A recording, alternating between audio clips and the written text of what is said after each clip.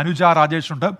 ആറ്റിങ്ങൽ മണ്ഡലത്തിലെ വിവരങ്ങളുമായി അനുജ രാജേഷ് ഇപ്പോൾ ചേരുന്നുണ്ട്. അനുജ, കഴിഞ്ഞ ദിവസമൊക്കെ അനുജ മണ്ഡലത്തിൽ തന്നെ ഉണ്ട്.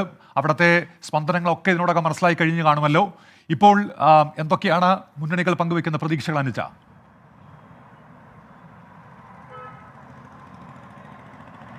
മൂന്ന് മുന്നണികളും ഉന്മേഷ് ഒരുപോലെ ശുഭപ്രതീക്ഷ പങ്കുവെക്കുന്നുണ്ട് എന്നുള്ളതാണ്. ആറ്റിങ്ങലിൽ ശക്തമായ ത്രികോണ പോരാട്ടം, ഇടത് കോട്ടയിൽ നടക്കുന്നത് ശക്തമായ ത്രികോണ പോരാട്ടം എന്നുള്ളതാണ് ഏറ്റവും വലിയ സവിശേഷത. അത് കഴിഞ്ഞ തവണയാണ് അത് BJP കൂടി മത്സരരംഗത്തേക്ക് ഏറ്റവും സജീവമായി എത്തിയത് എന്നുള്ളതാണ്. ശോഭാ സുരേന്ദ്രൻ വർദ്ധിപ്പിച്ച വോട്ടുകൾ ഏതാണ്ട് 25% എന്ന തരത്തിലേക്ക് BJP അവരുടെ വോട്ട് വിഹിതം വർദ്ധിപ്പിച്ചപ്പോൾ ഇക്കുറി വി മുരളീധരൻ കേന്ദ്രമന്ത്രി പ്രതീക്ഷിക്കുന്നത് അതിനേക്കാൾ ഏറെ വോട്ട് BJPക്ക് ലഭിക്കുമെന്നുള്ളതാണ്. അടൂർ പ്രകാശ് സിറ്റിംഗ് MP അദ്ദേഹം വിജയപ്രതീക്ഷ പങ്കുവെക്കുന്നുണ്ട്. 3 പേരും വിജയപ്രതീക്ഷ പങ്കുവെച്ചുകൊണ്ടാണ് നമ്മളോട് സംസാരിക്കുന്നത്. ഇപ്പോൾ ഏറ്റവും ഒടുവിലായി നമുക്ക് നൽകാനുള്ള വിവരവും അടൂർ പ്രകാശ് ഈ കള്ളവോട്ട്, ഇരട്ട വോട്ട് ആരോപണത്തിൽ ഉറച്ചു നിൽക്കുന്നുണ്ട് ഇപ്പോഴും എന്നുള്ളതാണ്.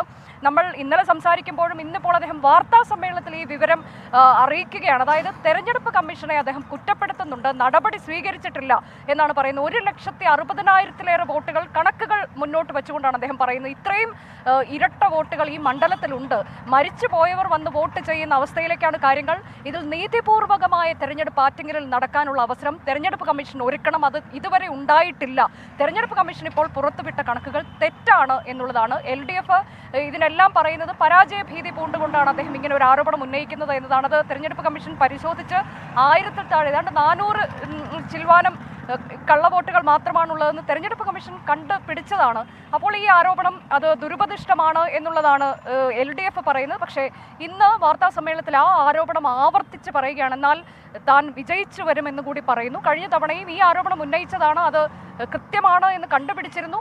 അതിൻ്റെ അടിസ്ഥാനത്തിൽ കൂടി തനിക്ക് നടപടി എടുത്തത് കൊണ്ടുകൂടിയാണ് തനിക്ക് ഇത്ര വലിയ വിജയം അവിടെ ഉണ്ടാക്കാൻ കഴിഞ്ഞത് എന്നൊക്കെ അടൂർ പ്രകാശ് ആവർത്തിക്കുന്നുണ്ട്. ഏതായാലും പലതരത്തിലുള്ള വിഷയങ്ങൾ ഉന്മേഷ് ഇവിടെ ഉന്നയിക്കുന്നുണ്ട്. ദേശീയ തലത്തിലുള്ള വിഷയങ്ങളും സംസ്ഥാന സർക്കാരിനെതിരായ കാര്യങ്ങൾ, സംസ്ഥാന സർക്കാരിൻ്റെ വികസന പ്രവർത്തനങ്ങൾ, കേന്ദ്ര സർക്കാരിൻ്റേത്, അങ്ങനെ എല്ലാ വിഷയങ്ങളും, വികസനം ഉൾപ്പെടെയുള്ള വിഷയങ്ങൾ ഇവിടെ ചർച്ചാ വിഷയമാണ്. ഇന്നിപ്പോൾ ഏതാണ്ട് 3 മണിയോടെ കച്ചേരി നടയാണ് ഏറ്റവും പ്രധാനപ്പെട്ട ഒരു പോയിന്റ്. 7 കേന്ദ്രങ്ങളിൽ കൊട്ടിക്കലാശത്തിന് അനുവദിച്ചിട്ടുണ്ട് കളക്ടർ. പക്ഷേ ഏറ്റവും പ്രധാന ഇടം എന്നുള്ളത് കച്ചേരി നടയാണ്. അങ്ങോട്ടേക്ക് സ്ഥാനാർത്ഥികൾ എത്തിച്ചേരുമെന്നാണ് ഈ ഘട്ടത്തിൽ നമുക്കറിയാൻ കഴിയുന്നത്. ഇന്നിപ്പോൾ നേരിട്ടുള്ള വീടുകളിൽ ബോണക്കാടൊക്കെയുള്ള എസ്റ്റേറ്റുകൾ, അവിടെ തൊഴിലാളികളുടെ വസതികൾ സന്ദർശിക്കുകയാണ് വി ജോയ്. മാമത്ത് 3 മണിക്ക് റോഡ് ഷോയോടെ വി മുരളീധരൻ എത്തിച്ചേരും. അടൂർ പ്രകാശ് ഇന്ന് കലാശക്കൊട്ടിന് എത്തിച്ചേരുമോ എന്നുള്ളതൊരു അവ്യക്തത നിലനിൽക്കുന്നുണ്ട്. അദ്ദേഹം വാർത്താ സമ്മേളനത്തിൽ പങ്കെടുത്തത് ഇന്ന് തിരുവനന്തപുരത്ത് നിന്നാണ് എന്നുള്ളത് കൊണ്ടാണ്.